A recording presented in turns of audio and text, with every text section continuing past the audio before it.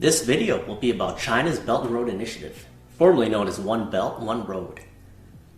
I'll be reading excerpts from the book Israel and China, From Silk Road to Innovation Highway, written by Lionel Friedfield and Philippe Matudi.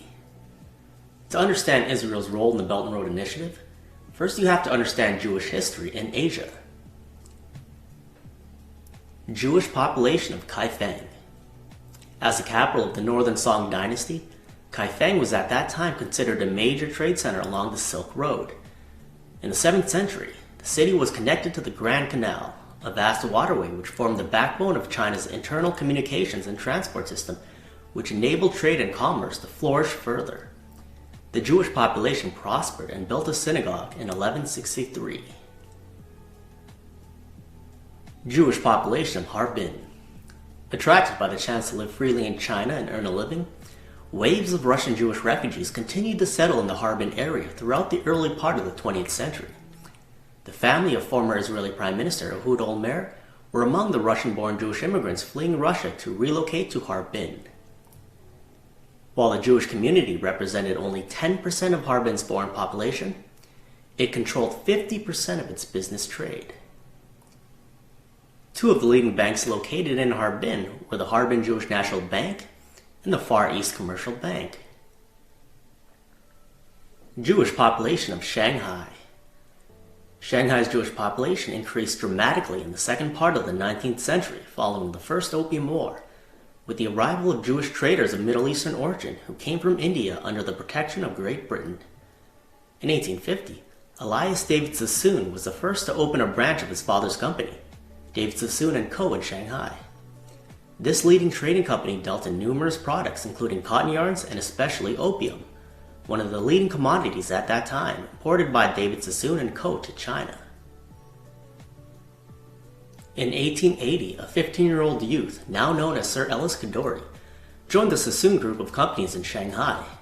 Within several years, he, together with other members of his family, had created an industrial empire of his own with investments spanning rubber plantations, real estate, banking, and utilities. At the end of World War II, most of the Jewish population of Shanghai emigrated to Australia, Great Britain, Canada, India, South Africa, Israel, and Hong Kong. In 1998, however, under the leadership of the Chabad Lubavitch movement, Rabbi Shalom Greenberg settled in the city.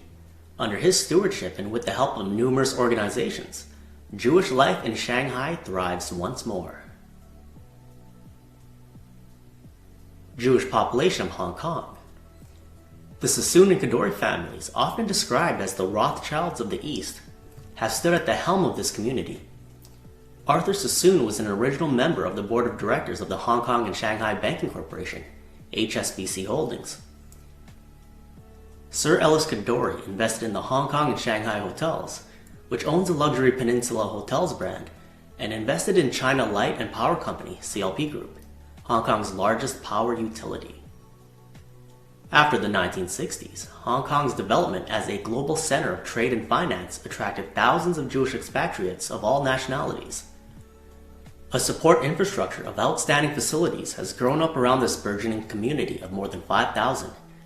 These include the Jewish Community Center, Carmel School, Elsa High School, 7 synagogues, Chabad Lubavitch's Asian headquarters, kosher restaurants, and a Jewish library.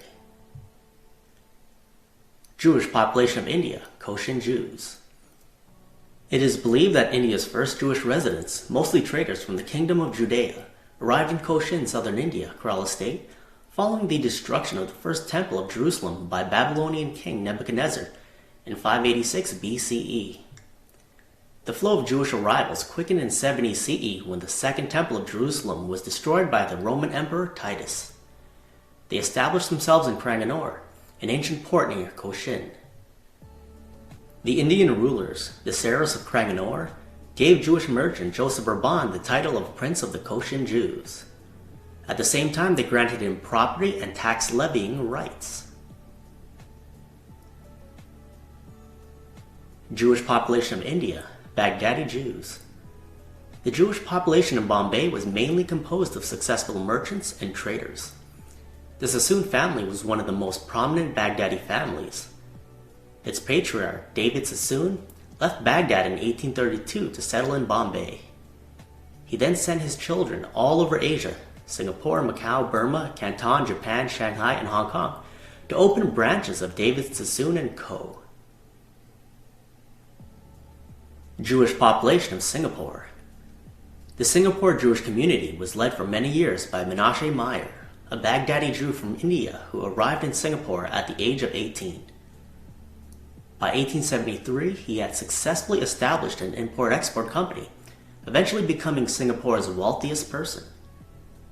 Meyer, who was later knighted by the Queen of England, was said to own half of Singapore's real estate, including landmark hotels, and was a leading opium trader. Jewish population of Japan. In 1880, a wave of Russian and other Jewish immigrants settled in Nagasaki, which had been a free port since 1859 and a leading port for international commerce. In 1894, the Nagasaki community of more than 100 Jewish families inaugurated the Beth Israel Synagogue.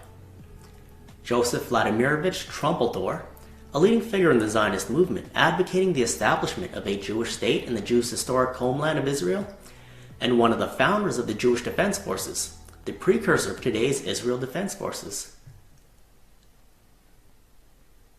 Jewish population of the Philippines. One of the most highly regarded American Jews, Russian-born Emil Bachrach, arrived in Manila in 1901 and created the Bachrach Motor Company, an automobile distributorship and the largest operator of taxis in Manila. Another Jewish-American family, the Frieder brothers, Philip and Alex, arrived in the Philippines in 1918 to expand their father's New York-based S. Frieder & Sons cigar activity. Jews held prominent positions in Filipino society, including as members of the Makati Stock Exchange, now the Philippine Stock Exchange. Sassoon and Kadoorie families, Rothschilds of the East. They actively participated in the opening of trade in British outposts in Bombay, Calcutta, Shanghai, Hong Kong, Canton, and Singapore.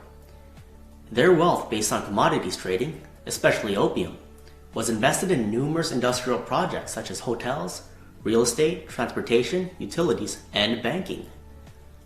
These two families, often related by marriage, became known as the Rothschilds of the East because of their financial strength, political power, and philanthropic generosity.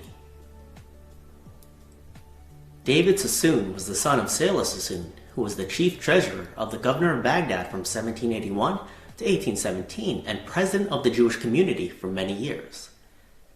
The de facto monopoly of David Sassoon & Co. in the trade of opium to China enabled its founder to become the wealthiest person in Bombay.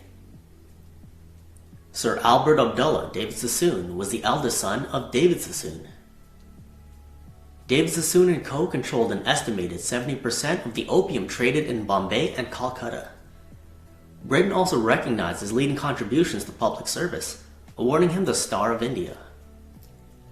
He later became a member of the Bombay Legislative Council.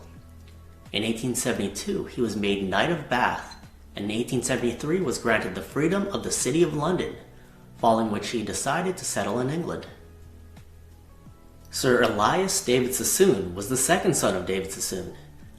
Chinese cotton had become a major global commodity, as the American Civil War prevented southern states from supplying cotton to factories. Elias David Sassoon and David Sassoon & Co. were among the largest cotton traders in the world. Sir Lawrence Kadoorie. Following World War II, the reconstruction of the ruined CLP power plant provided electricity for Kowloon and the new territories and contributed greatly to Hong Kong's strong economic recovery. From 1951 to 1954, Sir Lawrence served on Hong Kong's Executive Council and also took the reins of the family business. From 1957 to 1967, he served as a member of the board of directors of the Hong Kong and Shanghai Banking Corporation, HSBC Hong Kong. In 1974, he was knighted, and in 1981 was granted the title of Baron of Kowloon and the City of Westminster by Great Britain. Sir Lawrence was the president of the Hong Kong Jewish community and an active philanthropist. His son Michael Kadoorie now heads the family. According to Forbes' 2015 survey, he is Hong Kong's 7th wealthiest individual and possesses among the largest fortunes in the world with an estimated US $9 billion in assets. Emmanuel Raphael Berlioz was born in Calcutta and settled in Hong Kong in 1862 after his marriage to Sima Ezra. During the 1870s, he was chairman of the Hong Kong and Shanghai Hotels and Shanghai Banking Corporation, and in 1881 was appointed to Hong Kong's Legislative Council. Silas Aaron Hardoon. He advanced quickly and joined Edie Sassoon as a partner specializing in cotton and opium trading and real estate, on which he later focused his activity. He owned numerous properties on Nanking Road, considered the most prestigious avenue in Shanghai. When Silas Aaron Hardoon passed away in 1931, his estimated fortune of US $650 million made him one of the wealthiest men in Asia. Sir Matthew Nathan. Named governor of Hong Kong in 1903, he remained in that position until 1907. Sir Matthew introduced dramatic structural changes in the British colony, such as the establishment of central urban planning, the urbanization of the Kowloon Peninsula, and the construction of the Kowloon Canton Railway. Hong Kong's Nathan Road, the main commercial road in Kowloon, is named after him. Edward Shellham was born in England and was the grandson of David Sassoon. He joined David Sassoon & Co. in Hong Kong, working as the branch manager until 1918. Shellham was the chairman of the Hong Kong and Shanghai Banking Corporation from 1908 to 1912. He also served on the board of directors of Hong Kong Tramways, Hong Kong Kowloon Wharf and Go Down Co., Hong Kong Fire Insurance, Hong Kong Land Investment and Agency Co., Hong Kong Reclamation Co., and China Sugar Refining Co. He was a member of the Hong Kong Chamber of Commerce, chairman of the Financial Committee of the Alice Memorial Hospital, and president of the O.L. Leah Synagogue. Born in Shanghai, Edward Isaac Ezra was considered one of the wealthiest individuals in the city. He was also a member of the Shanghai Municipal Council. He also managed numerous properties on Nanking, Guizhang, Sichuan, and Guangxi roads, and owned several other hotels, including the Astor House Hotel on the Bund. Ezra was the chairman of several companies including the Far East Insurance Company, the Shanghai Gas Company, China Motors Ltd., and the China Press and Evening Star newspapers. Active in the opium business, he was elected first president of the Shanghai Opium Regulatory Body in 1913. Maintaining a wide range of philanthropic activities, he was the president of the Shanghai Zionist Association and vice president of the Jewish Organization of China. David Saul Marshall founded one of the two leading political parties in Singapore, the Workers' Party of Singapore, and was a member of the parliament from 1957 to 1963. He played a critical role in the negotiation of Singapore's independence from Great Britain. Between 1978 and 1993, Marshall was appointed ambassador of Singapore to several countries, including France, Portugal, Spain, and Switzerland. He also served for many years as the president of the Singapore Jewish community. The creation of the Silk Road during China's Han Dynasty from 206 BCE to 220 CE had a tremendous impact on international trade and communication between Eastern and Western countries. During this golden age, various merchandise, including silk, spices, jewelry, and perfumes, was exchanged on the Silk Road. Having begun to settle alongside this mercantile set of roads, Jewish traders were at the forefront of such activity. Now let's fast forward to today. Israel is often mistakenly believed to be located in the Middle East. In fact, it is situated geographically in the Asian continent, precisely in Western Asia on the southeastern shore of the Mediterranean Sea. A core part of Asia with a strategic location, it has long enjoyed a preferential relationship with Asian countries. China's One Belt One Road strategy, announced by Chinese President Xi Jinping at the end of 2013, aims to create infrastructure links and commercial routes between China and the Middle East, Europe, and Africa via an overland belt and a maritime road. Within this framework, China perceives Israel as an excellent trade hub. The future Eilat railway line will serve as a land bridge, linking the Red Sea from the port of Eilat to the Mediterranean Sea from the port of Ashdod, bypassing the Suez Canal. This new infrastructure will enable Israel to provide China with direct access to European, African, and Middle Eastern markets. We expect Israel's and China's partnership in all areas of infrastructure, ports, roads, cargo, railways, to continue to advance over the next 50 years. This partnership will play a vital role in improving Israel's geopolitical stability and securing China's commercial trade routes between the Far East, Europe, and Africa.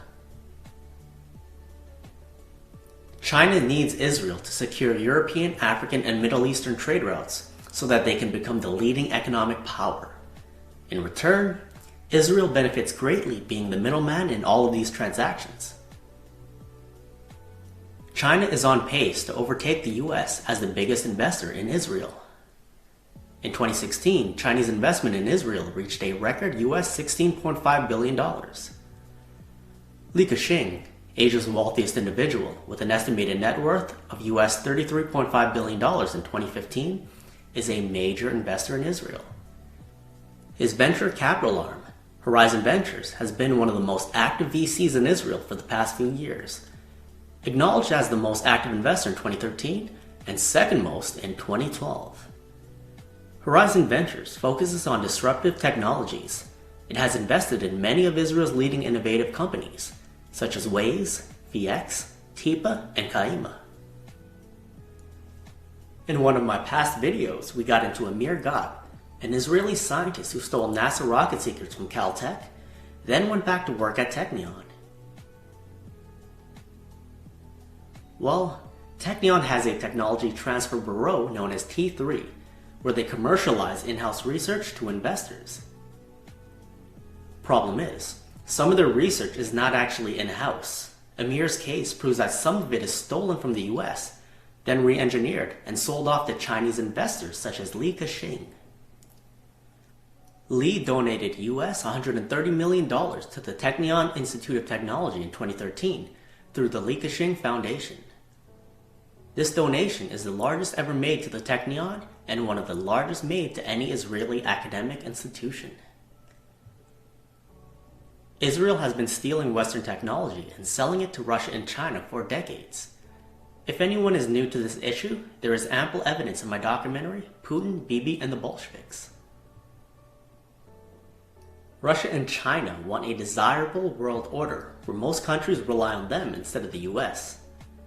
It's in their best interest to pursue that goal. Problem here is that Israel is helping them accomplish that goal while simultaneously claiming to be America's greatest ally. While the US and China are enemies, Israel is forging closer ties with China, and Bibi has even stated that Israel and China are a match made in heaven. Yet he lashes out at Obama for making a deal with Iran. This is unbelievable hypocrisy. He wants the US to remain loyal to Israel, meanwhile Israel is not loyal to the US at all. Here's an article from the Jerusalem Post titled, Israel and the Unexpected New World Order. Quote, geographically, Israel is just off-center. Why then is it treated with such respect by the likes of Russia and China? The answer to that is the Belt and Road Initiative, which will take an estimated $7.5 trillion to develop. This project consists of high-speed railways and ports connecting China to at least 75 other countries. This new Silk Road would enable China to overtake the US as the leading economic power. Again, China needs Israel to secure those trade routes, and in return, Israel could gain a degree of wealth not seen since the days of King Solomon. This 2017 article also states, economists worry that China's ambition could trigger a global economic collapse, a currency collapse specifically. Maybe BRICS and One Belt One Road don't care. A global currency collapse might be seen as a way to wipe the slate clean of nation-based currencies, especially the US dollar. Interesting. Because a lot of Zionist politicians are attacking China for the coronavirus, a lot of people online believe that these politicians are doing it to deflect attention away from Israel's possible role in the coronavirus. That may very well be the case. My issue is that the Soviet propagandists are using that to flood the internet with disinformation, claiming that Israel is against China, and people are falling for it. Someone commented in one of my videos, quote, "It's obvious the coronavirus is a plot by Zionist neocons running the US regime in Washington, D.C. against China's new Silk Road." This is one of the stupidest things I've ever read. Why would Israel want to sabotage China's new Silk Road when they are the ones being paid billions upon billions of dollars to help it grow? As we went into earlier, Zionists have helped build China and Hong Kong into the economic powerhouses that they are today. The Chinese elite are not stupid. They know exactly who controls the politicians in the US. So when you see Zionist politicians attacking China for the coronavirus, ask yourself, why isn't China firing back at Israel? Not once has China criticized Israel during this entire conflict. Instead, they're firing back at America and going along with whatever plan Israel has in store. That plan could very well be war, but right now it's too early to tell.